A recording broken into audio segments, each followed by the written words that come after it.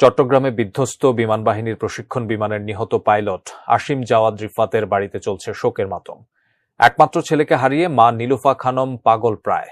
ছেলের মৃত্যুর খবর শোনার পর থেকেই বারবার জ্ঞান হারাচ্ছেন তিনি। এদিকে শুক্রবার দুপুরে বাংলাদেশ বিমান বাহিনীর একটি হেলিকপ্টারে করে আসিম জাওয়াদের মরদেহ মানিকগঞ্জে পৌঁছায়। জানাজা শেষে মানিকগঞ্জ শেওতা কবরস্থানে তাকে দাফন করা হয়। মানিকগঞ্জ থেকে মোহাম্মদ সুজন খন্দকারের পাঠানো তথ্যচিত্রে বিস্তারিত জানাচ্ছেন সহকর্মী এসআই রাজ। আমার ছেলে কেন আমার আজকে খাইতে পারল না? আম্মু খাইছো? ভাত খাই নাও। পরিবারের একমাত্র ছেলে পাইলট আসিম জাওয়াদের এমন অকাল মৃত্যুতে মানিকগঞ্জে তার বাড়িতে নেমে এসেছে শোকের ছায়া। আসিমের মা এখনো বিশ্বাস করতে পারছেন না তার একমাত্র ছেলে আর নেই। কিছুক্ষণ পরপর ছেলের কথা বলে কান্না করতে করতে জ্ঞান হারিয়ে ফেলছেন তিনি।